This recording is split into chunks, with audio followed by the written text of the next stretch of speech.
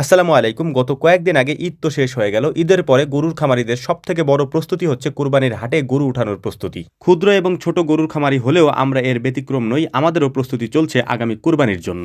গরুর খামারের ব্যাপারে বা গরু পালন সম্পর্কে আগে ভিডিওতে যেভাবে কথাবার্তা বলতাম সেভাবে হয়তো খোলামেলা এখন আর কথা বলা হয় না। এর পিছনে বেশ কিছু কারণ রয়েছে, সেগুলি আমি এখানে উল্লেখ করতে চাচ্ছি না। কিন্তু মাঝে মাঝে মনে হয় গরুর খামারের বিষয়গুলি নিয়ে খোলামেলাভাবে আপনাদের সাথে কথা বলি আগে যেভাবে বলতাম। কিন্তু এত বছর গরু পালার পর যে অভিজ্ঞতা হয়েছে, এই অভিজ্ঞতাগুলি যখন আপনাদের সাথে শেয়ার করতে যাই তখন এখন যখন দেখি যে অনেক মানুষজন যারা আছেন, যারা 2 বছর 1 বছর গরু পেলেছেন, উল্টো তারাই আমাদেরকে এমন এমন পরামর্শ দিচ্ছেন যেগুলি আমরা সারা জীবন মানুষকে নিষেধ করে এসেছি যে গরুর খামারের ক্ষেত্রে এই কাজগুলি করবেন না। তখন নিজের গরুর খামারটাকেই এগুলি থেকে বিরত রাখা এবং হচ্ছে যে এই কথাগুলি আপনাদের সাথে শেয়ার না করাটাকেই আমি শ্রেয় মনে করেছি, এ কারণেই করি না। তবে আজকের ভিডিওতে সবথেকে গুরুত্বপূর্ণ একটা কথা আপনাদেরকে জানিয়ে দিচ্ছি গরুর খামার সম্পর্কিত। সেটা হচ্ছে এমন কোনো কাজ গরুর খামারে করবেন না যেটা করলে আপনার নিজেরও ক্ষতি হয়, গরুরও ক্ষতি হয়, এবং এই গরু যখন বাজারজাত করবেন তখন মানুষ এর মাংস খেলে মানুষেরও যেন ক্ষতি না হয়। গরুর অতিরিক্ত মাংস বাড়ানোর ক্ষেত্রে লোভে পড়ে আপনি কখনোই গরুকে পোল্ট্রি মুরগির খাবার দিয়েন না, অর্থাৎ পোল্ট্রির ফিড আপনি গরুকে খাওয়ায়েন না। দেখেন, আমরাও কিন্তু গরু পালতেছি, খৈল ভুসি এবং কাঁচা ঘাস দিয়ে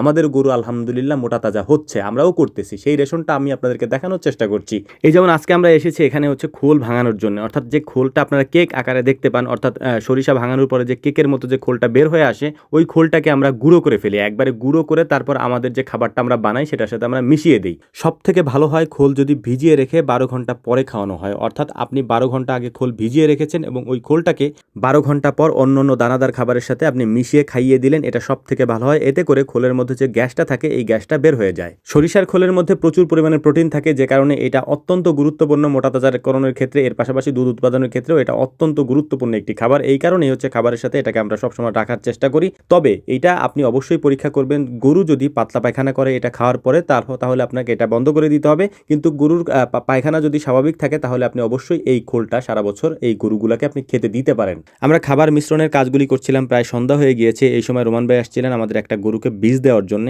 আমি এই গরুগুলো সম্পর্কে আপনাদেরকে বিস্তারিত একটা ভিডিওতে বলবো, কারণ অনেক কিছু আপনাদেরকে বলা হয় না, সেগুলো আপনাদেরকে বলা উচিত। যেহেতু এখানে একটা গাভীকে বীজ দেওয়া হচ্ছে, এখানে একটা তথ্য আপনাদেরকে দিয়ে রাখি। যখন বীজের কাঠিটাকে পানির মধ্যে দেওয়া হয় এটাকে পরীক্ষা করার জন্য, তখন যদি দেখেন এটা ভেসে থাকে তাহলে এটার বীজটা ততটা ভালো না। যদি এটা ডুবে গিয়ে থাকে পরিপূর্ণভাবে তাহলে এটা সম্পূর্ণভাবে ভালো একটা বীজ, এটা আপনি দিতে পারেন। তো যাই হোক, আলহামদুলিল্লাহ দেখতে দেখতে আমাদের কাজও শেষ হয়ে গিয়েছে। সকাল থেকে নিয়ে সন্ধ্যা পর্যন্ত আমাদেরকে কাজ করতে হয়, কাজের কোনো বিরাম নেই। কারণ এই কাজগুলি আমি নিজে হাতে না করলে এর পুরোটাই হচ্ছে একটা হযবরল অবস্থা হয়ে যায়। এই কারণে আমি নিজেই করার চেষ্টা করি। আলহামদুলিল্লাহ আপনাদের কাছে একটা অনুরোধ থাকবে, আমি কখনো কিছু আপনাদের কাছে চাই না, কোনোদিন ইনশাআল্লাহ হয়তো চাইবও না। তবে আপনাদের কাছে একটা জিনিস আমি মন থেকে চাই, সেটা হচ্ছে আমার সুস্বাস্থ্যের জন্য অবশ্যই দোয়া করবেন। আমার এই দুনিয়াতে চাওয়ার মতো আপনাদের কাছে একটা জিনিসই আছে, আমি সেটাই চেয়েছি। আর এটি ইনশাআল্লাহ এটা করার জন্য হয়তো আপনাদের টাকা পয়সা লাগবে না। মন থেকে যদি আমার প্রতি একটু ভালোবাসা থাকে অবশ্যই আমার জন্য দোয়া করবেন। আল্লাহ তাআলা যেন আমাকে সুস্বাস্থ্যের অধিকারী করেন। এর পাশাপাশি যদি আল্লাহ তাআলা আমাকে দুনিয়া থেকে নিয়ে যান তাহলে অবশ্যই আমার মাগফিরাতের জন্য দোয়া করবেন। আসসালামু আলাইকুম ওয়া রাহমাতুল্লাহ।